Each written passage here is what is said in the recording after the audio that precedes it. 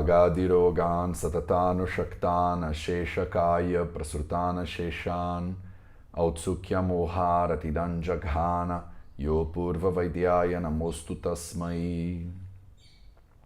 Sejam todos bem-vindos a mais um vídeo da série Vida Veda nos Samhitas no canal do Vida Veda no YouTube. Meu nome é Matheus e hoje a gente vai continuar a nossa leitura do Ashtanga Hridayam Sutra, está no capítulo 3, o capítulo de Rutucharya. No nosso encontro passado a gente leu os shlokas 1 e 2 do capítulo 3 e hoje a gente vai ler o shloka número 3 até quase o shloka número 4 inteiro, até a metade do shloka número 4. Eu sigo as divisões que esse livrinho faz. Então, muitas vezes, nessa interpretação aqui, nesses comentários daqui, eles cortam o shloka na metade e o dividem de acordo com unidades de semânticas, né, de sentido. Então, vocês vão ver aqui, por exemplo, no segunda metade do shloka número 4, ele corta o shloka na metade, porque metade do shloka faz parte de uma frase, de um grupo de sentido, e a segunda metade faz parte do próximo grupo de sentido. Então, vocês vão ver que tem uns cortes aqui, a gente não vai estar vendo os shlokas inteiros, né? Isso já aconteceu antes, mas é que agora, nesse capítulo, acontece bastante, e daqui pra frente vai acontecer com mais recorrência. Muitas vezes eu ignoro essas divisões e leio o grupo inteiro, mas tem vezes, como agora, por exemplo, que o capítulo, o shloka número 3 e quase o 4 inteiro estão falando de um assunto, e depois o 5 e o 6 estão falando de outro assunto. E eu não dou conta de ler num vídeo só o 3, o 4, o 5 e o 6. Fica muito puxado. Eu tentei isso no nossa leitura passada. Teve uma divisão que o próprio shloka, essa versão minha fez, e ela colocou 4 shlokas num grupo só, e não tinha como separar, porque era uma listona de coisas na mesma frase. E eu fiz o vídeo e ele ficou com 45 minutos, que é muito além do que eu gostaria que um vídeo ficasse. Então, eu tento equilibrar aqui com vocês velocidade na leitura, mas ao mesmo tempo eu não posso fazer vídeos muito longos, senão fica impossível, né? Ninguém aguenta. Então, o que vai começar a acontecer daqui a muitos capítulos, talvez quando a gente acabe o Sutrasthana, é que eu vou começar a fazer uma leitura livre. Eu vou começar a ler e aí ir traduzindo ao longo do negócio, ao longo da leitura. Então eu não vou fazer essas divisões de 2 shlokas, 3 shlokas. A gente vai lendo e vai passando o texto, entendeu? É que eu quero realmente nesse início, principalmente nos 30 primeiros capítulos do Sutrasthana, sedimentar bastante com vocês o nosso conhecimento do sânscrito, a intimidade com o livro, para vocês se sentirem confiantes de que é possível pegar um Samhita, abri-lo e explorá-lo de um ponto de vista de curiosidade e de sede de conhecimento, né? Então, os primeiros 30 capítulos acho que vão ser num ritmo um pouco mais lento, né? A gente já está acelerando esse ritmo, mas não vai ter como acelerar muito como eu gostaria, eu acho, não sei, vamos vendo, né? Vai demorar muitos anos ainda pra gente ter que tomar essa decisão. Mas algum dia eu vou ter que parar de ler desse jeito e eu vou ter que começar a ler seguido, corrido, né? Que aí a gente vai acelerar muito mais a nossa leitura. Bom, então o shloka número 3 e quase o shloka número 4 inteiro, eles dizem o seguinte: Tasmin hyatyartha tikshnoshna ruksha marga swabhavataha Aditya pavanah saumyan kshapayanti gunan bhuvaha tiktah kashayah katuko balinotra rasahkramat tasmadadana magneyam. E ele parou por aí. Então, a segunda metade do shloka 4 parou aí no Agneyam. Então, no nosso encontro passado, a gente viu que tem 6 estações, né? Começando com Shishira, né? Começando com frio intenso no mês de Magha, que é mais ou menos em janeiro e fevereiro, né? E no shloka número 2, ele disse pra gente, ele introduziu esse conceito de Uttarayana ou Adana Kala. Então, nos meses que começam no inverno rigoroso até o verão, que aqui no hemisfério norte é no meio do ano, o Sol está caminhando em direção ao norte, né? Então o Sol está se fortalecendo. À medida que o Sol vai se fortalecendo, a força dos seres humanos vai diminuindo. Então o Sol ele vai roubando, o calor vai roubando força das pessoas e as pessoas vão ficando cada vez, dia após dia, né? Ele usou a palavra pratirinam, vão ficando cada vez mais fracas. E agora ele continua explicando o porquê disso, né? E o que tem por trás desse processo.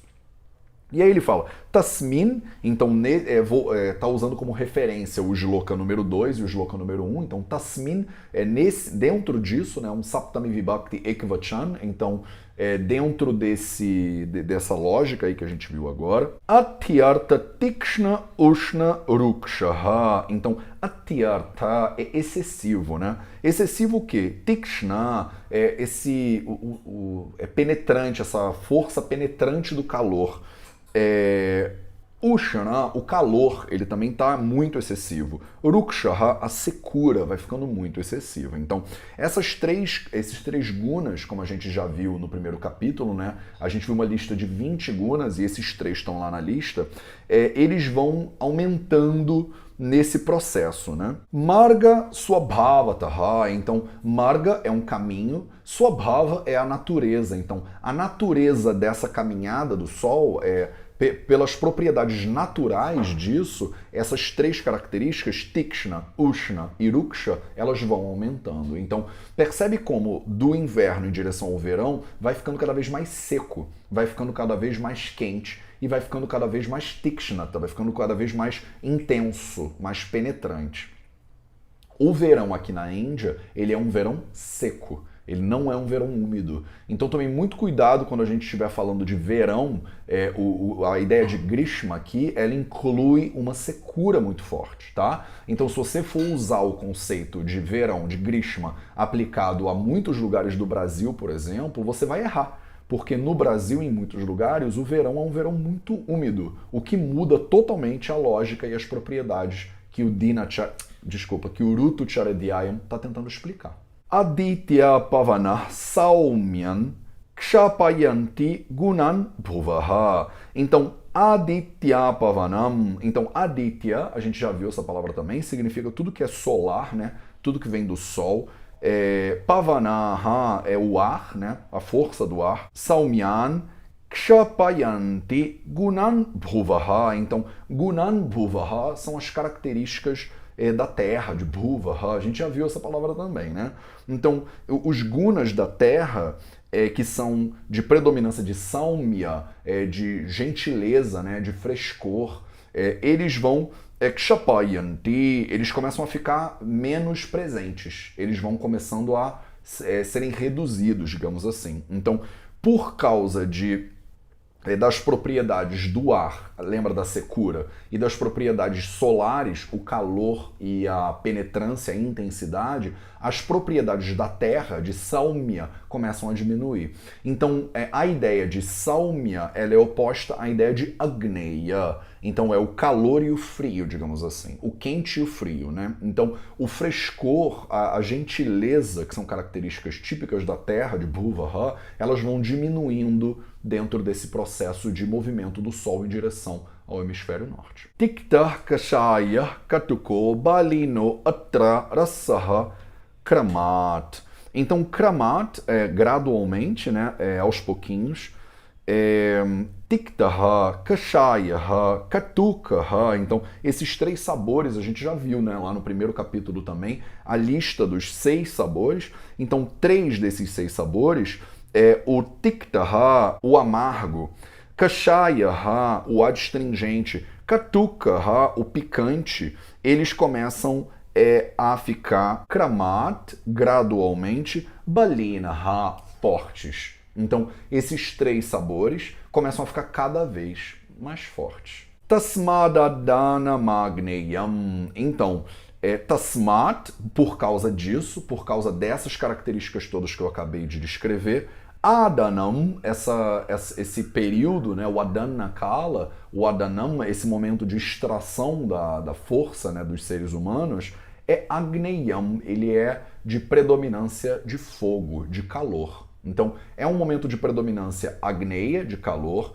A terra, ela perde o saumya, ela perde o frescor, ela perde a gentileza, digamos assim.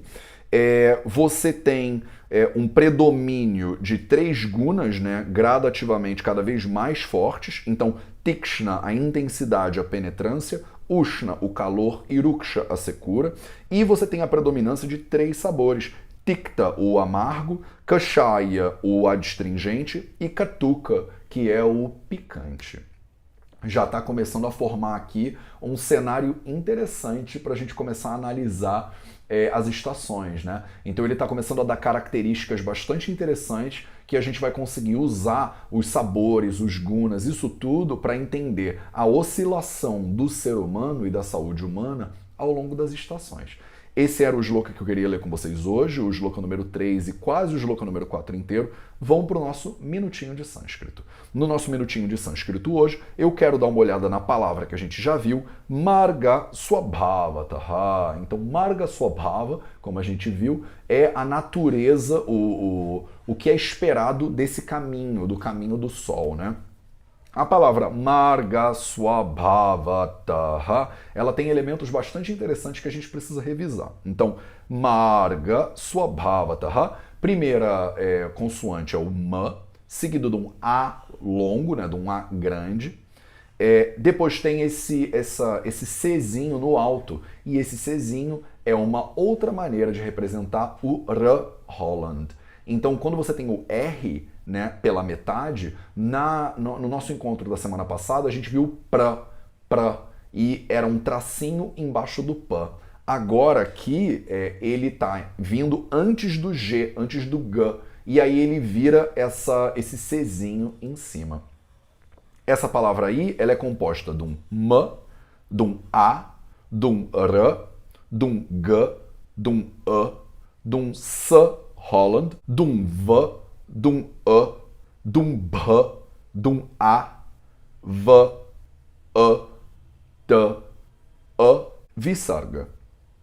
Então, M com A dá Ma, R Holland, Mar, G e E dá G. S Holland é um S que não tem vogal junto com ele. Então percebe, o S, quando ele não tem nenhuma vogal, ele vem com o V, depois o V, e ele se junta dessa maneira aí. Você tem um S que deveria ser um S completo, você tira o tracinho dele depois e você conecta ele direto com o V. Então isso é um Sva, Sva. Então, Marga, Sva, V, B-A, Bha, V-A, T-A, Visarga, H. Então fica T-H no final. Marga Swabha Vatah. Esse T-H no final, eu repito A-H por causa do Visarga. Então agora a gente está colocando na prática tudo que a gente aprendeu lá de vocabulário de consoantes e vogais e tal no capítulo 2. Ao longo do capítulo 3 inteiro a gente vai fazer isso e aos pouquinhos você vai testando o seu conhecimento do sânscrito. Mesmo que você não tenha estudado com muito afinco ainda o sânscrito, só de ver esses minutinhos, aos poucos vai entrando na sua cabeça, pode confiar. Se você ficar muito desesperada e achar que você está muito perdida, calma, relaxa, que tudo vai fazer sentido um dia, tá? O mais importante é você ter paciência e perseverança. O sânscrito é uma língua extremamente complexa, com muitos elementos muito diferentes do português, né? Então a gente precisa ter muita calma e ir absorvendo as coisas aos pouquinhos, gentilmente, 1 minutinho de cada vez. Muito obrigado pela sua presença e a gente se vê na próxima quarta-feira.